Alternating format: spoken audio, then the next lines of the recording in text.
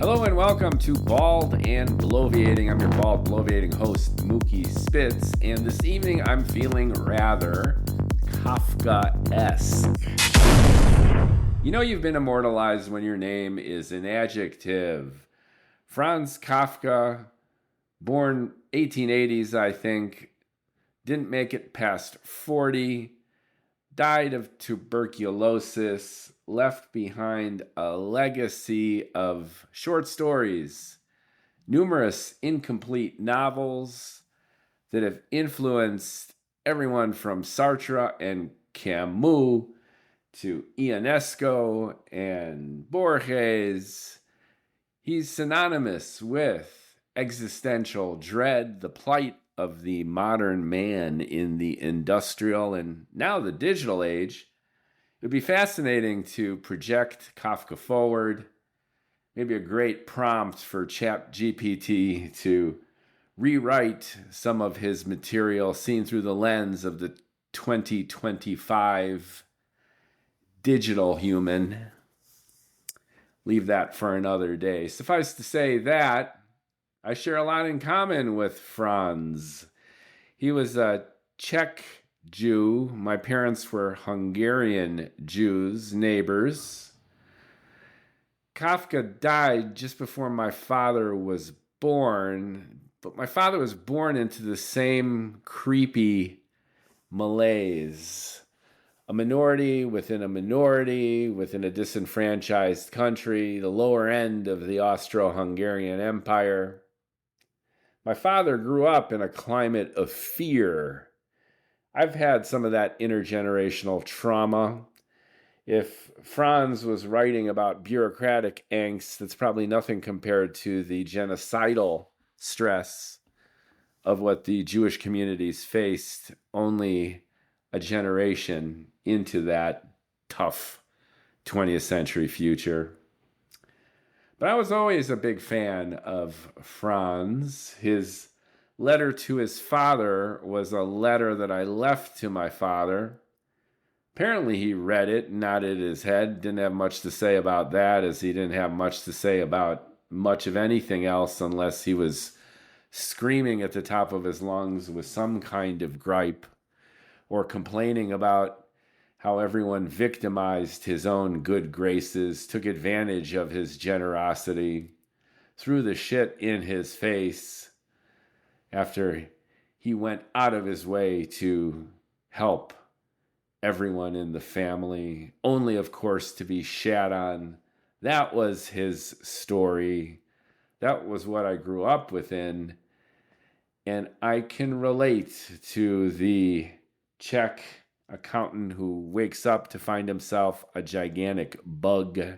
I can relate to the common man who is suddenly arrested by the court, sent to trial for a crime he has no idea what it is or how he might have committed it, with no recourse, only to be executed like a dog at the end. Very grim. But also, this is sometimes lost with Kafka. He had a hell of a sense of humor. And his content was also very sexual. Seems his characters, in the middle of their existential malaise, were constantly getting laid. You didn't even have to really read between the lines to see that. So there was always a sardonic grin with Franz amid his crises. And I loved reading him then, even if some of his prose was a tad tedious. And as I grew up and into adulthood, shaking off some of my own adolescent angst, getting over my own crazy Eastern European parents, especially my father, I actually came to appreciate Kafka more and more. The Hunger Artist, that short story, really resonates. The idea that the entertainer emaciates himself for the sake of performance, and how that suffering is built into the craft itself.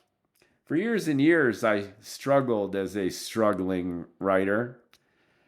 And the jury's still out if I really learned anything. There's always this tendency that you have to lock yourself into a room and get it right.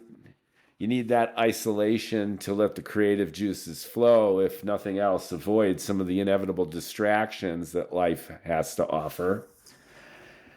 I'm sitting here decades later, and there have been some serious distractions that my life had to offer. And I look back with a maudlin curiosity and that similar kind of Kafka-esque smirk at the lengths that I went to self-isolate, to hammer this stuff out. And my writing was never to my satisfaction, exactly as Kafka's own writing was never to his satisfaction. He expressly asked his friend editor Max Brod, apparently, to burn all of his stuff after he died. The world is, of course, thankful that Max turned around and published it. I can't say that it was purely altruistic on Max's part, but still, good move. One wishes that the person handling Shakespeare's shed, where he no doubt contained all the original manuscripts of all of his plays and writings, would have had that kind of foresight, and instead probably repurposing all that Shakespearean stuff after all those parchments and papers back in the 16th century were expensive. So you wonder, the palimpsest of Hamlet, what did that become? Like an inventory list for a mill? I mean, wow, think about that. Anyway, I digress. Max Brod saved Franz Kafka, ostensibly from himself and his own self-criticism, but there I was for a long time, working hard, trying to write, and not being happy with the output. I have since scanned the hard copy of hundreds of pages that I printed out back in the day and carried with me from location to location as I moved. My own personal library of literary failures.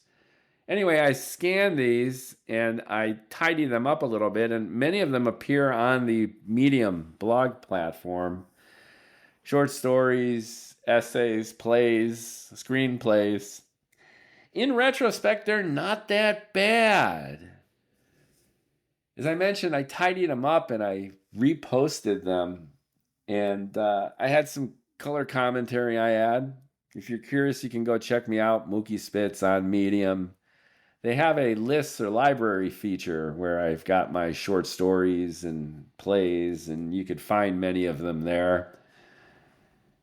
In retrospect, I have to say that I was probably my own worst critic, but I wasn't a bad critic.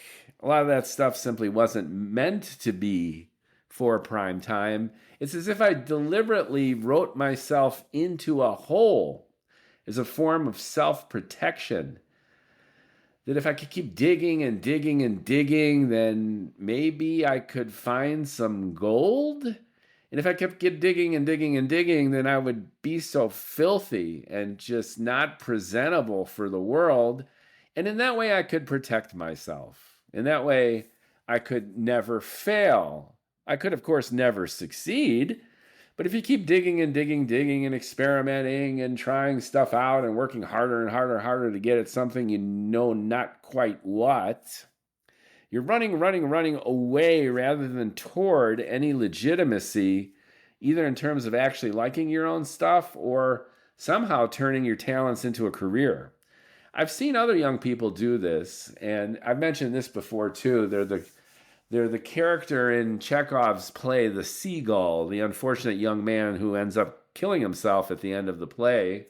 He's a playwright, and he has the same kind of complex, this absurd perfectionism coupled with this manic, restless energy. So he's doing everything and nothing at the same time. And I have to say that for quite some time, I was in this state. But like Franz, I had a sense of humor. And one of the stories I wrote in this manic phase was an inversion of the Metamorphosis story. I thought to myself that I do feel kind of like a cockroach here in my room by myself due to the pressures of modern life, most of which were self-imposed. But then I did a switcheroo. I thought to myself, what would it be like if instead of me turning into a cockroach, so in a sense, projecting outward my own sense of existential angst, what if the cockroach was actually in my room as a separate entity talking to me and criticizing me and my writing? So the cockroach became not a projection of my actual physical self, but all of my fears and unfair criticism all bundled up into this little nasty creature. So I went with it. So here's the short story I wrote decades ago.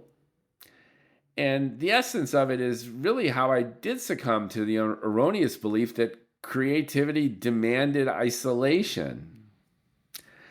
And the good news, even coming from that circular mess that I was in, I understood that it was useless and that I was spinning in circles in an ironic kind of paradoxical way to really just avoid the inevitable, that whether I liked it or not, I'd have to face up to actually sharing what I did with the world, and in so doing, endure not even the criticism, but just the opinions of others, the horror. So anyway, without further ado, here's the story I wrote. I hope you enjoy it as much I agonized through the period in which I wrote it. The Cockroach as Literary Critic, an homage to Franz Kafka and the life of a writer, if you can call it that, if you choose to do it this way, which I was frankly immature and dumb enough to do. So there you have it. At least it makes for some good reminiscence, maybe even a decent short story. I'm lonely. My alienation from people has reached the point where I consider such isolation a necessary prerequisite to live the life I have chosen to live the life of a writer. To give oneself completely to a goal, to a mission, is to accept no compromises. Writing is an exacting science, is a craft that demands total commitment of all my resources. That I remain unable to consummate a healthy, satisfying relationship with another human being is a small price to pay for realizing myself in all of my capacity, in all of my unsung glory as a creative, dynamic individual. I am an artist. That no one understands me or my struggle is to be expected. In a world consumed by the quest for physical pleasure, material gain, and other such banal desires, the writer is given no recourse but to work alone. The sole company of the thoughts, dreams, and symbolic expressions of genius are justification enough for persisting through all the pain and terror of isolation. My creative output is nonetheless intrinsically rewarding to the point the sacrifices I must make to be prolific pale in comparison. My struggles are worth it, and I would never have things any other way. And yet, I'm still lonely. Moments like these, I question my choices, wonder if I might be taking the wrong path. How can I devote all of my being, all of my energy to a task whose meaning is continually being undercut by a depression triggered by the circumstances necessary to fulfill my destiny? How can I maintain enthusiasm for an emotional void? How can I create something meaningful within a culture crowded with the petty and otherwise superfluous interests of my peers? Distracted in company, yet useless in isolation, how can I meaningfully write about the world in its absence? How can I hold fast to my identity as artist while surrounded by such an unreflective herd? A loser. What was that? I look about the four dusty corners of this room that is both artist studio and criminal cell. Yes, I am alone. Yes, I remain lonely. Has my self-imposed banishment finally led to delusion?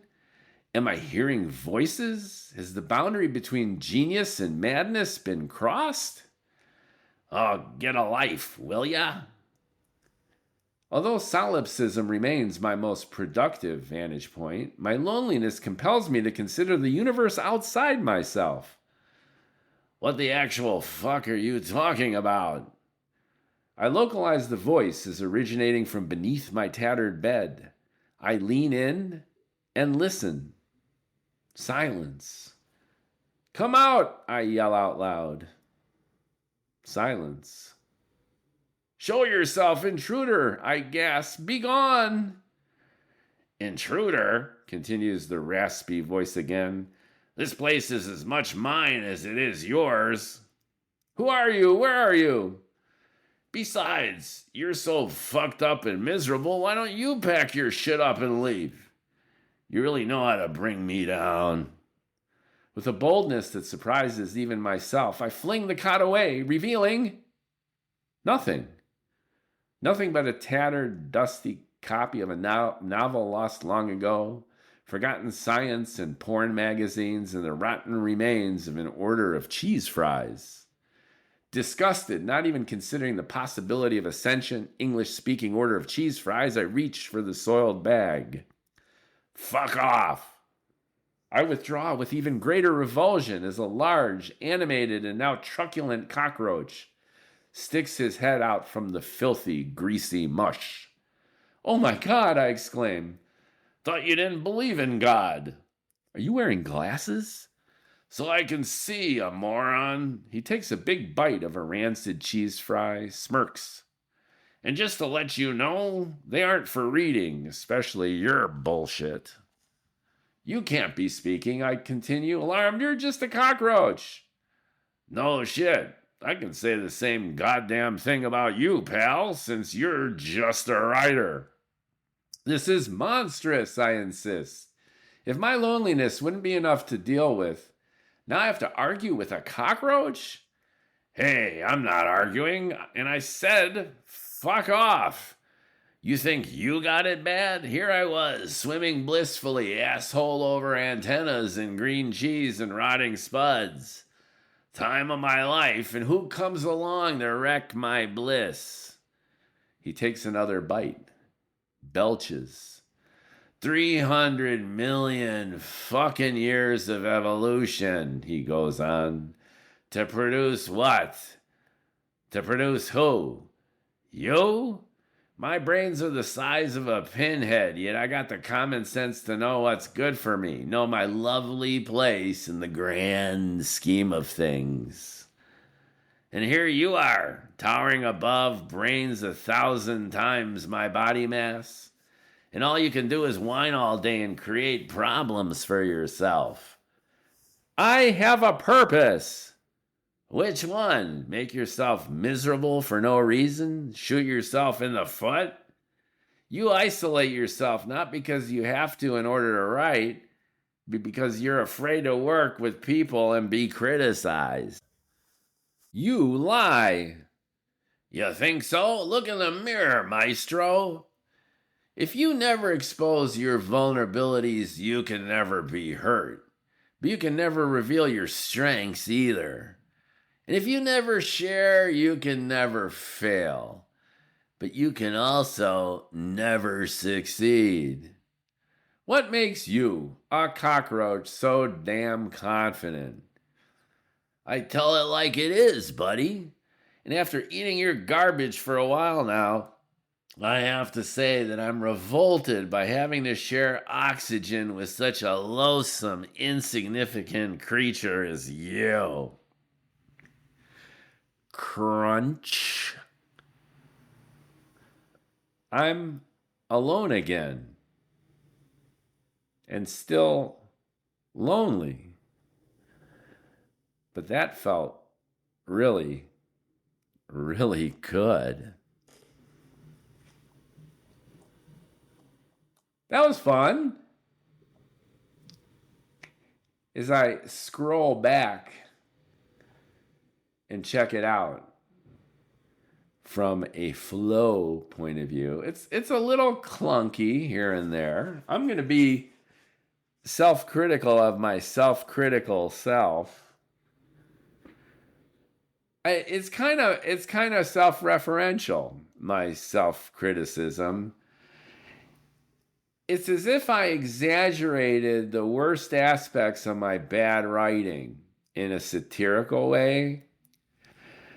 But I should have either gone even more over the top, kind of punch bowl style, or smoothed it out to make it a little bit more readable or impactful. That's kind of my take on this. In ways, I was being too smart about being too stupid, if that makes any sense. And I think the inherent contradictions are there, including why this falls maybe a little bit short of all that it could be, but it begs the question of why it deliberately isn't. And that's how I look back at my youthful writing years.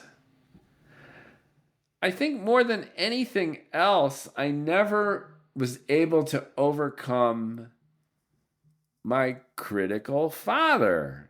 And I know that sounds Freudian in ways, and probably in more significant ways, a petty rationalization for not really sharing more or actively participating in the writing community.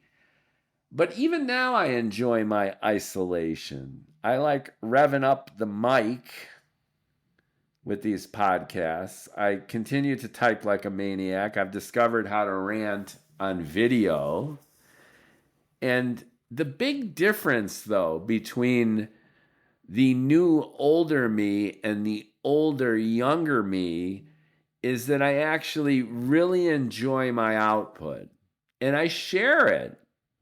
So I crank these podcasts out. I fearlessly and maybe even too recklessly share everything on Medium, on websites, on social media. I self-publish on Amazon. And like Burger King, I have it my way. And I love it. I love it. I can't do it enough. It's become its own addiction. And I've mentioned before how it coincides with my kids finally becoming independent people. It coincides with literally now 2-3 years of nonstop work every day cranking this stuff out. I remember I started writing on Medium amidst a real life crisis in 2018 where everything seemed to go wrong. I have podcasted about this period too. Relationship, career. I had plateaued out. And in retrospect, I realized two things. I was depriving myself of sleep, more a symptom than a cause, or a cause that was actually symptom-like, when the root cause was that I had abandoned my passion for writing, which was all-consuming in my 20s. And then my 30s was this transition into more active participation with the world, and then an accidental marriage and family. And in a sense, I paid my debt to nature due. I could not take myself seriously. I did not feel valid as a writer. And I think what was really going on was that there was a side to me that felt I hadn't quite lived yet. That I had my childhood traumas, but like Peter Pan, I refused to grow up. I still haven't really grown up.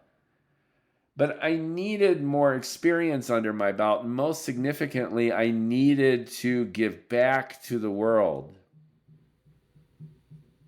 People don't talk enough about gratitude and about giving. And I feel that these years that were spent away from my writing were necessary for me to come back to it. I had to give back. And in the giving back, in the taking on of adult roles and responsibilities, becoming a parent, raising children, being an air quote responsible, actualized adult, through that sharing, I was able to validate my own need to be a creative writer. And that's why I give myself runway now. And that's why these self-critical faculties, including the incarnation or the externalization of this cockroach, has been silenced. And that's why I think I've brought this story back up, because I'm living it. The irony here is, at the time that I wrote this, I was unable to crunch that cockroach. This is wishful thinking. That guy survived the onslaught. A truer rendition of this story is my foot comes down, but the little mofo escapes and creeps back under the bed. And like all good stories, I projected my desire into this tale. And this dude gets squashed. But he lived on. He lived on for many years. And in ways I haven't been able to squash him, drum roll please, until recently. So my digging this story up is a celebration of my own life, my late life creative booster shot. I was talking to my younger son, who's now making it more or less on his own. He's got a job, he bought a car, he's paying his way. And he was asking me about my plans because he's obsessing about his own. And I basically told him that if I can keep kicking for the next 10, 20 years, I've got it mapped out. I know all the books that I want to do, and I know that there's going to be new books that I don't even know now I want to do, but I want to do those too. And there's at least 20 years of stuff that I can crank out there. And he was relieved and impressed by this. He was relieved in the sense that he knew that I was sincere and he didn't have to worry about me. And he was impressed in the sense that I had truly found my purpose. And he has recently found his in terms of wanting to pursue flight school and becoming a pilot, which I think fits his personality perfectly. So it's kind of a shared high five from me to my kid. And we have a very, very different relationship than I had with my father, of course. If nothing else, I try to be the anti-dad with my own kids, for better or for worse. And I have blogged and podcasted about that too. But now that I think about it, this story's eruption, if you will, into my consciousness and now into this podcast is not random. It's a celebration of actually finding be able to scrunch this mofo. This guy in this reading is dead as hell. He is plastered on the floor, projected backward into my filthy little room of a writer back in Chicago, back in the late 80s, the early 90s. And now I feel free of that little guy. So let's see what happens. I feel like I'm just getting started. And if you're listening, I hope that you could relate. Because what this is all about is rebirth. The flip side of the metamorphosis, going back to Kafka's story, is you don't need to look at it necessarily in a grotesque or sad way. You could see the chrysalis turning into the butterfly rather than the roach upturned, rotting and starving, abandoned in his own bedroom of his family's home. Metamorphosis is transformation, and it can go in either direction. I know a lot of folks my age who have lost their way. There have been suicides. There's others who, retiring, now find themselves for want of much, if not anything, to do. And their sense of purpose has been lost, their sense of identity. I know many folks who had successful careers, now that their careers are ending, have trouble redefining what success actually is. And I honestly feel that my career, my true career, is just beginning. And I think, and I would hope, that this would apply to you too. Regardless of where you come from, where you are, where you want to get to, there's nothing like having that sense of purpose and applying oneself in a way where you're not just killing time before the universe kills you, but you wake up with renewed enthusiasm and a feeling that if you've got another 5, 10, 15, 20, 25 years, that you can go and get some. And if all that it takes is bringing your foot down and crunching that annoying, pestering bug, then go for it. Do it, and do it in your own way. And do it in a way where you actually remember the little guy with a hint of sardonic fondness. Because without him, you likely wouldn't have gotten to where you are. And with the memories of him, you know that you really don't want to go back, making it all that much more thrilling to keep moving forward. Anyway, thanks for listening. The funnest part for me to do some of these solo podcasts is to just turn the mic on with this spark of inspiration and then listen to myself talk and do so in a way that's uninhibited. A friend observed that I talk kind of slowly. And that is very true. My videos on social media, I actually use an app to speed myself up. 1.2 speed, 1.3, 1.5, sometimes 1.7. Because folks have observed that I might have a few interesting things to say, but one commenter said that I'd love to finish your video, but I'm already halfway through dinner.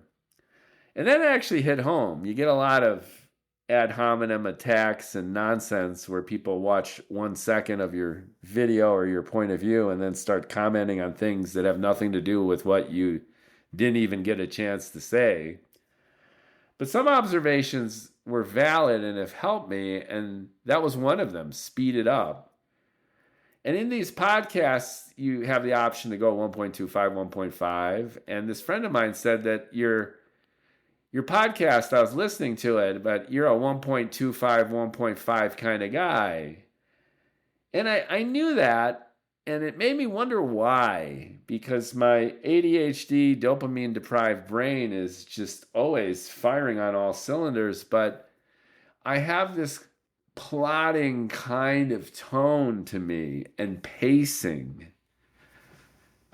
And I thought about being more conscientious about accelerating it, but then I'm like, no, that's just not me. This is me. The point, though, is that in this plodding kind of tone, meandering at times, tangential at other times, nonetheless free flowing and uninhibited most of the time, I arrive at things that I might not even have realized when I ostensibly felt that little spark and felt that I should hit record. And that's the beauty of improvisation overall. Frank Zappa talked about this, that if you get a good rhythm section behind you and you start riffing, the spontaneity of the moment and the fact that you really don't know what's going to happen next, you're in for some surprises. Not all of them good, but when it really hits, there's nothing to compare it to. So rather than just have everything rehearsed and keep going through the same set list, you just kind of shake it up. And then I think is the value of improv. It's the value of self-reflection and its method, or at least one of them. And I think it has a lot to do with Kafka too. If you read back through his stuff, it's, he's sitting there writing by hand in his bedroom, all alienated and existential. Many of his chapters, especially in his novels, they just trail off like he just never finished it. That's kind of cool. That means it's almost an invitation for the reader to finish it. And that's what I'm getting at, that if these bloviations and these hot mic soliloquies have value to folks listening, then it's nudging and maybe even triggering that kind of free-flowing, spontaneous self-reflection. Thanks for listening. Like, comment, share. I expected to just read this story and be done with it, but it turned into a nice little Monday night visit with a microphone.